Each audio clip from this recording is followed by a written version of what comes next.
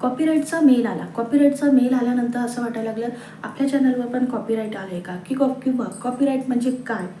तर नमस्कार मंडळी, शीतल्स किचन कट्टामध्ये तुम्हा सर्वांचं स्वागत आहे. माझा जर का तुम्ही आधीचा व्हिडिओ जर पूर्ण पाहिला तर तुम्हाला या व्हिडिओची लिंक सापडेल किंवा या व्हिडिओमध्ये मी काय सांगणार आहे ते समजेल. तर मेल आला असा की कॉपीराईटमध्ये खूप कडक नियम लागू केले आणि त्या दरम्यान ना बरेचसे मोठ्या चॅनलचे व्ह्यूज डाऊन केले यूट्यूबने आणि बरेचसे चॅनल डिलीटसुद्धा केले.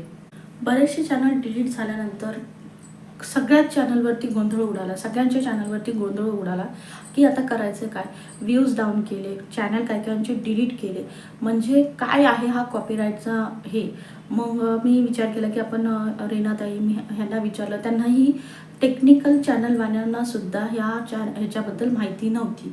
कॉपीराईटचा जो मेल आला त्याच्याबद्दल. बरेचसे चॅनल डाऊन झाले, व्ह्यूज डाऊन झाले, मोठ्या चॅनलवाले. पण मी काय केलं माहिती आहे का? मी ना तर कोणाचा विषय कॉपी केला, ना कोणाची रेसिपी कॉपी केली, ना कोणाची माहिती घेतली. मी आपलं साधं सरळ अगदी कासवाच्या गतीने मी माझं चॅनल चालवत गेली आणि हीच कन्सिस्टन्सी, हाच प्रामाणिकपणा YouTube बघत होता. म्हणजे पहिल्या 2 महिने माझा गॅप झाला. तो YouTubeने हे केला, मान्य केला की गॅप झालाय, व्ह्यूज डाऊन केले. पण नंतर जसं मी हळू-हळू एक स्टेप करत गेली, रेसिपी करत गेली आणि कुठेही ब्रेक न घेता मी काम करत गेली. म्हणजे ते आलं त्याच्यानंतर आपण कॉपीराईटमध्ये कसं आपण हे करू शकत नाही दुसऱ्याचे. मी तर कोणाचे व्हिडिओ घेतच नव्हती म्हणा. मी माझ्या स्वतःच्याच रेसिपी करत होती. अगदी मी माझी दोडक्याची चटणी, माझ्या ज्या काही रेसिपी होत्या त्या मी करत होती. एकदा माझ्या लक्षात असं आलं की मी आधी ना हैदराबादचे इथले जे फेमस पदार्थ आहेत ते दाखवत होते चॅनलवरती. पण माझ्या लक्षात आलं की नाही, इथलं आपल्याकडचे पदार्थ लोकं नाही बघत आहेत. हैदराबादचं जेवण इकडच्या मराठी लोकांना काय करायचं आहे? मग मी कोथिंबीर वडी बनवायला लागली, तांदळाचे अप्पे बनवायला लागली. मग त्या व्हिडिओंना चांगलं व्ह्यू आणि प्रेक्षक मिळाला मला. म्हणजे YouTube तर माझी मेहनत बघतच होतं, की ती काम करते आहे. तिला पब्लिक नाही मिळत आहे, चांगला ऑडियन्स नाही मिळत आहे. तर त्याने अशा पद्धतीने मला ऑडियन्स देण्याचा प्रयत्न केला. पण जेव्हा कॉपीराईटचं हे आलं, मेल आला, तर त्या कॉपीराईटच्या मेलमध्ये त्यांनी एक व्हिडिओ पाठवला होता, जो इंग्लिशमध्ये होता आणि काय आहे ते कॉपीराईट वगैरे ते सगळं नियमावली त्या व्हिडिओमध्ये माझ्यासारखाच एक व्यक्ती सांगत होता. तर मी म्हटलं, की हे काही एवढं टफ लेव्हलचं इंग्लिश आपल्याला कसं कळायचं? मला तरी मी तरी शिकलेली आहे म्हणून मला कळेल. पण जे माझ्या पूर्ण इंडियामध्ये शेतकरी आहेत, प्रचंड म्हणजे जे काही यूट्यूबर आहेत त्यांना एवढे शिकलेले नाही गावाकडची जी काही मंडळी आहेत ज्यांना म्हणजे काम करायचंय पण त्यांना इंग्लिश एवढं येत नाही, की तुम्ही टेक्निकल माहिती द्या. मग मी त्याच मेलला ना मी रिप्लाय केला YouTubeला, की तुम्ही जर का हे आमच्या इंडियामध्ये इतकी लोकं शिकलेली नाहीये आणि त्या लेव्हलचं इंग्लिश एवढं लोकांना येत नाही. तर तुम्ही प्लीज त्यासाठी कुठली सबस्टिट्यूट लँग्वेज किंवा आम्हाला आमच्या इंडियामध्ये हिंदी वापरतात, तर ती द्याल का? त्याच्यामध्ये द्याल का? मग त्यांनी काय केलं, की ऑटो ट्रान्सलेटमध्ये हिंदी आणि बाकीच्या लँग्वेज ॲड केल्या. ज्या मोजक्या लँग्वेज आहेत, जी इंडियामध्ये वापरल्या जातात, त्या लँग्वेज ॲड केल्या आणि मग ते व्हिडिओ आणि तो व्हिडिओ हिंदीमध्ये ट्रान्सलेट करून मी तो व्हिडिओ अभ्यास केला, की कॉपीराईट काय असतं. आता तुम्हाला सांगते, की कॉपीराईट काय असतं. म्हणजे मला जेवढं समजलं आहे, तेवढं मी सांगण्याचा प्रयत्न करते. कॉपीराईट म्हणजे तुम्ही जर का समजा एखादा न्यूजचा भाग घेत आहात, तर तो डायरेक्ट तिथनं घेऊन जर तुम्ही तुमचा व्हिडिओ टाकला, तर त्याला कॉपीराईट येतं किंवा जर समजा दुसऱ्या चॅनलवरती तोच व्हिडिओ न्यूजचा आहे, तो तिथून तुम्ही जर का तुमच्या चॅनलवरती टाकला, तर त्या व्हिडिओला सुद्धा कॉपीराईट येतं. याचा अर्थ काय, की तुम्ही दुसऱ्याचं कॉपी करू शकत नाही. तुम्ही तुमचाच विषय मांडायचा, तुम्ही तुमचीच माहिती मांडायची, म्हणजे तुम्हाला कॉपीराईट येत नाही. आणि तुम्ही मग त्याच्यामध्ये तुमचा कोणाचा फोटो वापरायचा नाही, तुम्ही कोणाचा व्हिडिओ क्लिप घ्यायची नाही, मिक्स करायचा नाही व्हिडिओ म्हणजे मिक्स करून टाकवायचं असं पण नाही. कारण की ऑलरेडी एक व्हिडिओ तो गेलेला आहे. लोकांनी तो व्हिडिओ पाहिलेला आहे. मग तुम्ही तो व्हिडिओ परत टाकायचा नाही. यालाच म्हणतात कॉपीराईट. म्हणजे साध्या सोप्या शब्दामध्ये आपल्याला कॉपीराईट म्हणजे काय हे सांगण्याचा प्रयत्न केला मी. तर आता सुद्धा जे पण लोक करत आहेत त्यांना कॉपीराईट येत आहे. तर आता ते म्हणत असतील की शीतलताई आम्ही तर कुकिंग करतो, आम्हाला का म्हणून कॉपीराईट आला पाहिजे? आम्ही तर दुसऱ्या कोणाचे हे नाही करत, आम्ही स्वतःचेच व्हिडिओ बनवतो, आम्ही स्वतःच्याच विषयावर करतो. तुम्ही काय करता माहिती का, जनरली ज्या लेडीज आहेत त्यांचे जे चॅनल आहेत, आता समजा जर का कोणाचा कुकिंगचा चॅनल आहे तर तुम्ही हिने चकली बनवली मग मी पण चकली बनवते, तिने चटणी बनवली दोडक्याची तर मी दोडक्याची पचडी बनवते. असं करू नका. त्याने काय होतं, की कॉपीराईटचं किंवा चोरलेली थीम चोरल्यासारखं पण होतं. तर तुम्हीच कन्सिस्टंटली तुम्ही तुमच्या कामावरती फोकस करा, की तिच्या व्हिडिओला जास्त व्ह्यू आले म्हणून मग मी पण तो विषय घेते आणि मी पण तोच बनवते. असं करू नका. माझे तुम्ही बघा, मी मोठ्या चॅनलवाल्यांचे कोणाचेच व्हिडिओ कॉपी केलेले नाही. माझ्या ज्या घरात मी रेसिपी माझं जेवणाचे पदार्थ बनवते तेच मी अपलोड करत गेली. भले त्याला आत्ता कमी व्ह्यूज असतील. तुम्हाला असं वाटेल, की ही कोणी एवढी मोठी सांगणारी आम्हाला? तर भले त्याला कमी व्ह्यूज असतील, पण हळू-हळू तुम्ही ऑडियन्सचा विश्वास ह्यामुळे जिंकू शकता, की तुम्ही एकच काम सातत्याने करत आहात आणि एकच कामावर फोकस करत आहात. त्याच्यानंतर मला बऱ्याचशा कमेंट येतात, की "शीतलताई तुम्ही कसं केलं? काय केलं?" तर मी कोणाचेही विषय कॉपी केले नाही. मी कोणाचाही कंटेंट कॉपी केला नाही. मी माझं काम स्वतः करत गेली, की मला मला आज म्हणजे समजा आज माझ्या घरी ही भाजी बनते, तर मी ते टाकत गेली. आज माझ्या घरी हा भात बनतोय, तर मी ते टाकत गेली. मी कोणाचीही कॉपी केले नाही. हीच एक प्लस पॉइंट झाली माझ्या चॅनलसाठी. आता त्याच्यानंतर आलं अ, ह्या टेक्निकल इश्यूसाठी मी मदत तर त्यांची घेतलीच. मी ज्यांची नावं तुम्हाला सांगितली किंवा ज्यांना मी गुरु मानते त्यांना. त्यांची नावं घेतली, पण त्यांना पण ह्याबद्दल काहीच माहिती नव्हती. हळू आम्ही सगळेजण 1 महिना आता आमचा सगळ्यांचा व्ह्यूज डाऊन होत्या.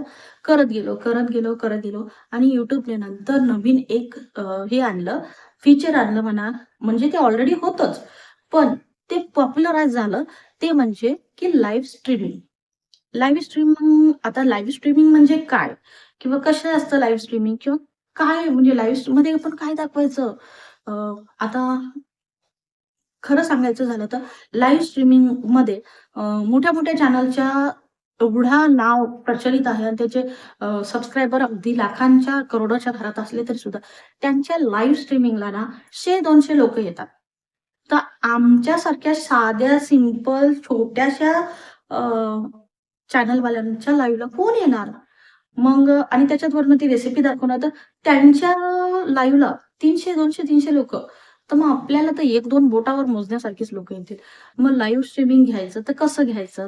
काय असतं लाईव्ह स्ट्रीमिंग?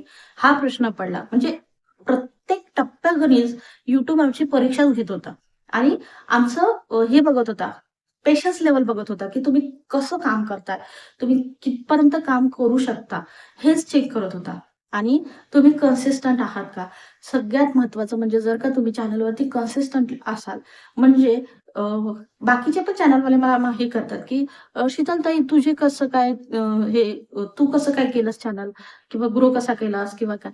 तर मी बऱ्याच म्हणजे माझ्या ज्या कुकिंगच्या ज्या लेडीज आहेत, त्यांचे चॅनल आहेत, त्यांना मी एकच सांगू इच्छिते, तुम्ही जर का 1 महिन्यानंतर एक रेसिपी टाकता आणि कंटिन्यू लगातार शॉर्टमध्ये काहीतरी फालतूमध्ये दाखवताय, की काही घरात केलं, काही बाहेर गेलात, देवळात गेलात, अमकं केलं. हे जर दाखवत असाल ना, तर तुमचा चॅनल कसा चालणार? YouTubeला लाँग व्हिडिओ महत्त्वाचा असतो. जर तुमचं चॅनल लाँग व्हिडिओचं असेल, तर तुम्ही लाँग व्हिडिओवर फोकस करा. 3, 4, 8, 15 दिवसाचा गॅप नका घेऊ.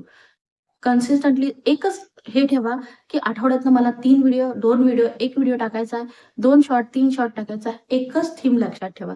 हीच चॅनलची गुरुकिल्ली आहे असंही म्हणू शकता, की तुम्ही तुमच्या चॅनलवरती व्हिडिओ कोणत्या पद्धतीत, किती एका आठवड्यातनं किती टाकत आहात हे. मला म्हणजे अक्षरशः मला मला सांगतात, "माझं चॅनल चेक कर गं," की माझ्या चॅनलवर अरे तुम्ही महिना 2 महिने लाँग व्हिडिओ टाकला नाही आणि शॉर्टमध्ये तुम्ही चॅनलच्या डिस्क्रिप्शनमध्ये देता माझा व्लॉगचा आहे. अ, ह्याच्यामध्ये तुम्ही कुकिंग करता, व्लॉगिंग दाखवताय. सगळं मिक्स नका करू. एक तर एकच निश ठेवा. निश म्हणजे काय? तर तुमचा एकच विषय, एकच कंटेंट. तो तुमच्या चॅनलला इथून इथपर्यंत नेतो. खरं तर YouTubeच्या अल्गोरिथममध्ये बसायला थोडा वेळ लागतो. पण जर का त्याला ऑडियन्स कळला, त्याला जर का तुमचा विषय कळला, तर तो अशाच लोकांपर्यंत तुमचा टॉपिक वर नेत जातो. तर हा झाला मला जे सगळेजण कमेंट करत होते, की "शीतलताई आम्हाला थोडं गाईडन्स करा, कमेंट्स करा, की कसं काय तुम्ही चॅनल हे केला." आता हे तर झालं माझं चॅनलच्या रिलेटेड किंवा कॉपीराईट रिलेटेड किंवा टेक्निकल जे काही इश्यू आले त्या रिलेटेड. पण त्याही व्यतिरिक्त माझ्या पर्सनल लाईफमध्ये पण इश्यू आले, ते सुद्धा मी तुम्हाला नक्कीच शेअर करेन. कारण की मला ना एवढं हसायला, एवढं गमतीशीर वाटलं. म्हणजे लाईव्हमध्ये पण मला काय प्रॉब्लेम आले आणि व्हिडिओ करते वेळेस सुद्धा मला काही अडचणी आल्या, त्यासुद्धा मी तुम्हाला नक्कीच शेअर करेन. आता मी हा व्हिडिओ इथेच थांबवते, कारण की पुढच्या व्हिडिओमध्ये तुम्हाला संपूर्ण चॅनल मॉनिटायझेशन, लाईव्ह स्ट्रीम कशा घेतल्या आणि घरात काय प्रॉब्लेम आले मला, म्हणजे घरगुती म्हणजे की आपण पर्सनल काय प्रॉब्लेम आले, ते सुद्धा मी तुम्हाला पुढच्या व्हिडिओमध्ये नक्कीच सांगेल. तर ही 1 वर्षाची किंवा 1.5 वर्षाची जर्नी आहे YouTubeची. मी हे 5 ते 10 मिनिटांमध्ये तुम्हाला कशी सांगणार, कशी एक्सप्लेन करणार, त्यासाठी मी टप्प्या-टप्प्यामध्ये तुम्हाला व्हिडिओ बनवत आहे आणि सांगत आहे. तर कुठलाही टप्पा, कुठलाही भाग स्किप नका करू. म्हणजे तुम्हाला व्यवस्थित माहिती मिळेल, की चॅनल कसा ग्रो करायचा, रन करायचा. तर पुन्हा एकदा मी सगळ्यांना धन्यवाद बोलते, की तुम्ही आज माझा सेकंड व्हिडिओसुद्धा जर का बघितला असेल, तर खरंच तुम्हाला धन्यवाद. पुढच्या व्हिडिओमध्ये मी नक्की संपूर्ण माहिती अ, अजून काही व्यवस्थित तुम्हाला सांगण्याचा प्रयत्न करेन. कमेंटनुसार मी तिसरा व्हिडिओ बनवण्याचा प्रयत्न करेन. तर प्लीज आता मला एक छान असा एक निरोप घेते मी तुमचा, की ह्या इथपर्यंतच्या जर्नीमध्ये तुम्ही माझ्यासोबत आहात. त्यासाठी मला मनापासून तुमचं धन्यवाद म्हणायचं आहे आणि YouTubeचे सुद्धा मला मनापासून धन्यवाद म्हणायचे, जे की मी सुरुवातीपासूनच म्हणत आली आहे आणि त्याला ग्रॅटिट्यूड देत आली आहे. तर प्लीज आजचा व्हिडिओ मी इथे संपवते. पुन्हा दुसऱ्या नवीन व्हिडिओमध्ये आपण नक्कीच भेटूया. चला.